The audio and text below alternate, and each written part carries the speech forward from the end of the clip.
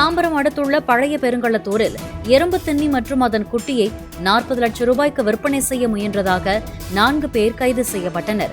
கேரளாவிலிருந்து இவர்களை அனுப்பிய நபர் யார், ஆந்திராவில் யாரிடமிருந்து வாங்கப்பட்டது என்பது குறித்து வனத்துறையினர் விசாரித்து வருகிறார்கள். எறும்பு தின்னியின் செதில் பகுதி சிலை மற்றும் அலங்கார பொருட்கள் செய்வதற்கு பயன்படுத்தப்படுவதால் வெளிநாடுகளுக்கு கடத்தப்படுவதாக கூறப்படுகிறது.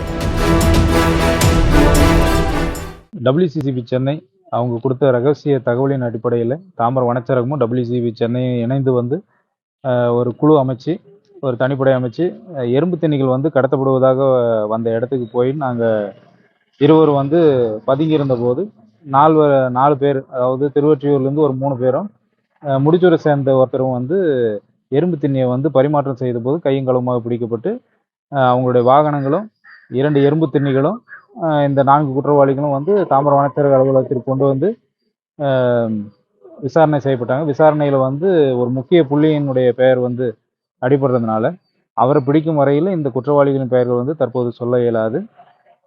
மேலும் இந்த எறும்பு தின்னிகள் நம்முடைய இந்தியா, இலங்கை, பூட்டான், நேபாள் ஆகிய இந்த நம்முடைய தெற்கு ஆசிய பகுதிகளில் தான் அதிகமாக காணப்படுகிறது.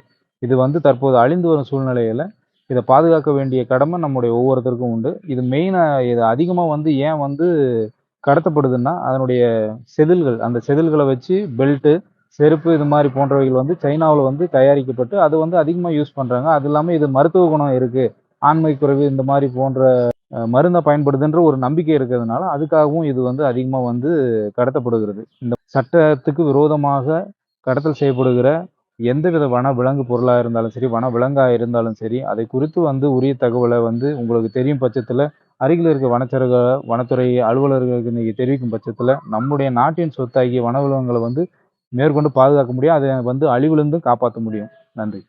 பிளே ஸ்டோர் மற்றும் ஆப் ஸ்டோரில் இருந்து பாலிமர் செயலியை QR கோடு மூலம் பதிவிறக்கம் செய்யுங்கள். செய்திகளை உடனுக்குடன் பெறுங்கள்.